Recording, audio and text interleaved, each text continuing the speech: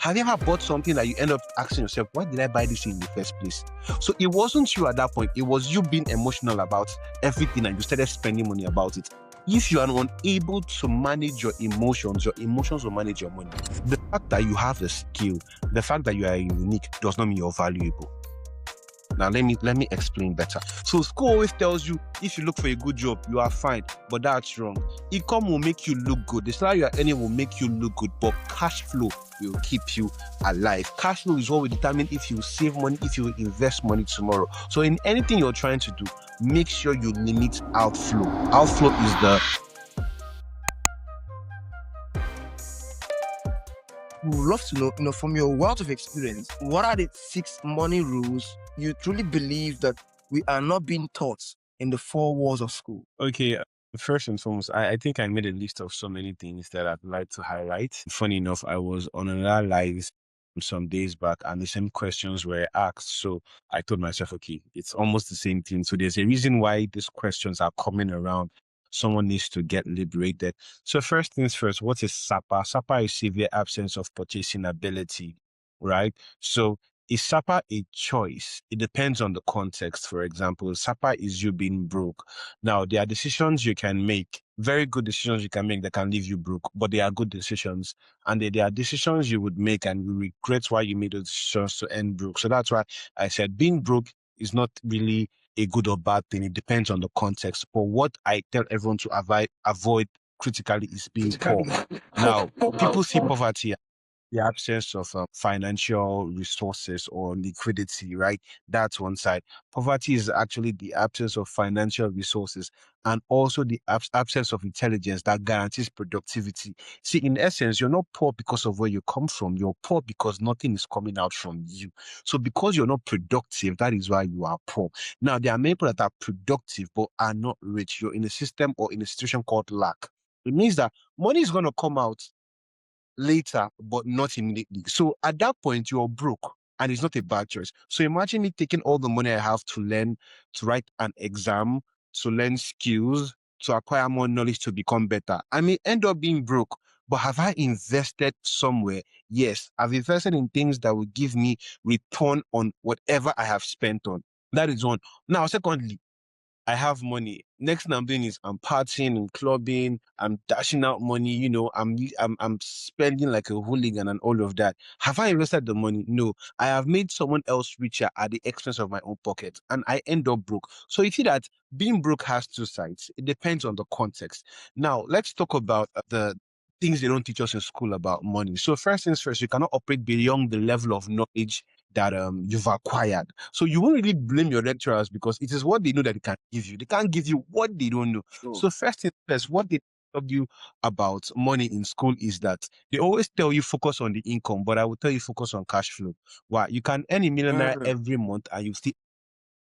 Now, cash flow is the movement of money. Inflow, how money comes in, outflow, how money goes out. You must be able to manage money effectively to the point that your inflow is higher than your outflow. The way money comes in is far greater than the way money goes out. So in anything you're trying to do, reduce how money leaves from your pocket. So school always tells you, if you look for a good job, you are fine, but that's wrong.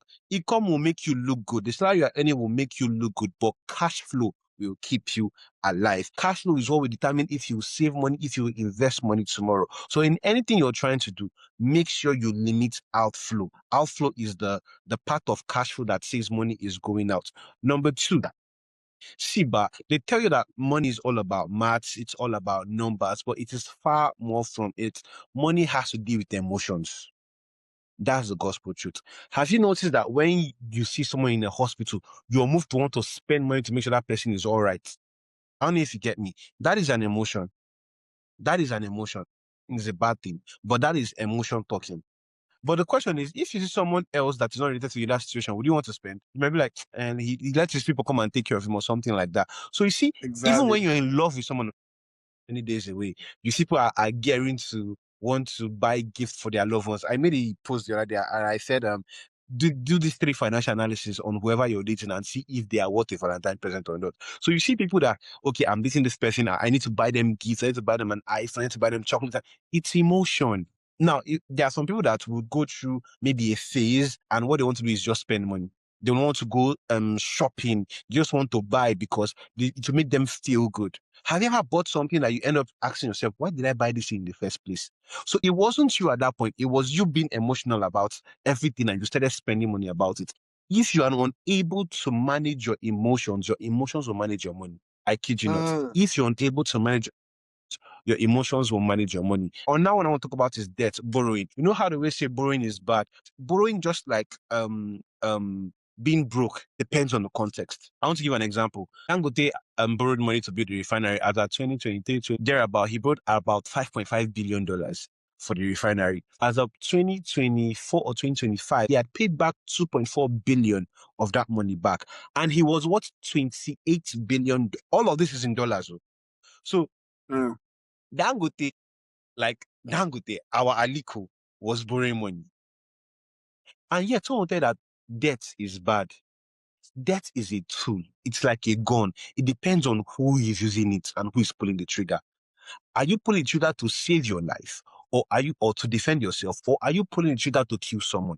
The same time about borrowing. Are you borrowing to make more money or save meaningful time, or you're borrowing to consume? The moment you start borrowing to consume, you are in a debt trap. That is where borrowing becomes a trap and not a tool. I don't know if you're with me. Now, on that thing, they don't teach you in school. That's number 3 now. Oh my God. So the fourth one I'm going to talk about is lifetime inflation. There's something called the Parkinson's law. It tells you that it talks about how people, the more they earn, the more their spending appetite increases. Okay, now let's look at this. You were not earning a job. You were not earning before. You were in school. They were giving you some money and you survived on it. You started earning 100K. Life was good, right? You were spending and all of that. You started earning 200K. Okay, stopped becoming enough for you. You started earning 500K. Okay, stop becoming enough for you. You started earning 1 million. 1 million, like you just get 1 million now. You don't know what happened. 1 million has disappeared. Now, this is what we call lifestyle inflation. And they won't teach you this in school. The thing is that the more you earn, the more your savings and your investment should increase. If you're earning 100K and you're saving 10K, once you start earning 200K, increase your investment to 20K.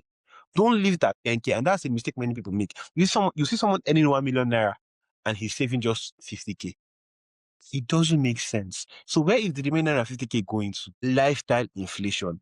Because you feel you earn a millionaire does not mean you should spend a millionaire every month. And that's the crazy thing. Yes. The system I want to talk about is start early. There was something you wrote the other day, and I agree with you. The biggest lie you will hear from your lecturers is you are still young. You are not young. You are not young. You might feel that, you're 21, you're 22. When you reach when you're 25 is a lie. There's someone 17 doing it. There's someone 16 that is doing it. I started working at 17. I'm not even 30, but I built a career of over a decade. So anywhere I am going to even tender my CV, they look and they'll be like, is management role, is senior role we are giving you or VP role? We can't give you, where my mates are fighting for entry roles or graduate trainee. Me and them, we can't.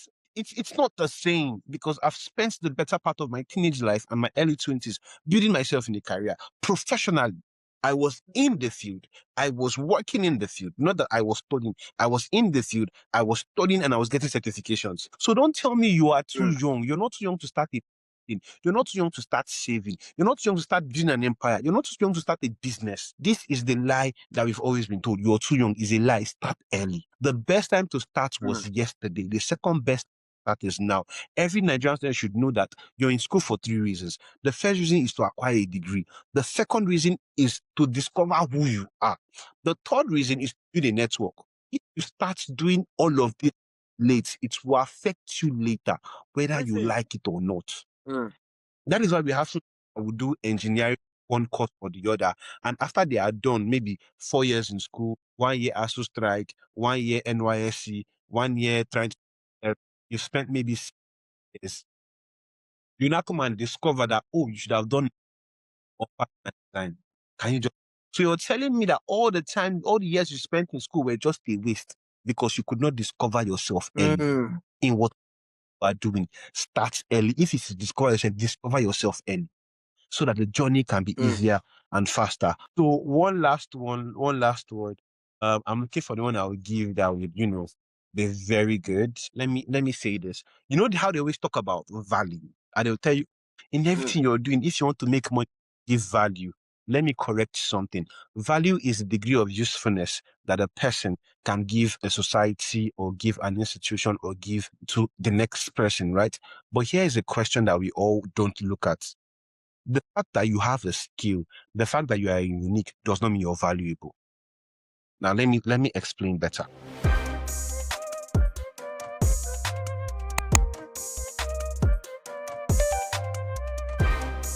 If I have dirty dishes and I'm looking for someone to wash dirty dishes, anyone can wash dirty dishes for me. I can call any child and they can come and wash plates in my house and I'll give them one key. Has he given me value? Yes, but was it valuable? That's the question. But now imagine I want to build an app and I look for a tech person who has done really well, right? If I tell him, come and build this app, I'll give you one key. What do you think will happen? What do you think is going to happen? He won't even respond to me. So he'll tell me, he will charge me in millions. Now, let's give another example. There are singers, right? There are people who sing well, but how many dancing Onyeka do we have? So you see that one thing I understand about being value is giving value to the highest level that you become scarce. That the people in your league are not many. There are many carbonated drinks in the market. There is only one bottle of Coke. No matter what you do, you cannot get something as Coke. So in as much as they tell you, oh, if you want to give value, if you want to make money, give value. Yes, it's quite all right. You need to give value. But at the same time, let whatever you are doing be so good that there's no one like you doing it. Be scarce. Sure. Because demand, and demand will bring you the money you are looking for. Can everyone sew clothes? Yes. But how many Vicky James do we have in Nigeria? Just one. Who can do it like Vicky James? That's the question we are asking. So anything you're saying you want to give as value, make sure you have built that thing to a certain degree, that almost everybody from far and wide will want to have you. And even as they are clamoring to have you, not everybody can still have you. That is what will set you apart from every other person. So 6 points given. My goodness. Now I see why they call you. The financial guru. You see why I want to be like you when I grow up. Please, me, You mentioned about I'm still cash flow, that we should actually limit our outflow. You also mentioned that money is about emotions. And there's one part you actually mentioned that actually alerted me when you talked about debt, that it's like a gun. Borrowing money is like a gun. And I'm like, how? And you also mentioned about lifestyle inflation, that whenever our income increases, it seems like our expenditure also follows suit. You also mentioned that we should all abolish that mindset that I'm still young, that we should start early. And you now talked about offering value is not the same as being valuable. For Nigerian students out there, what do you believe is 2 money decisions that they are making daily that is quietly keeping them poor? Okay, first things first.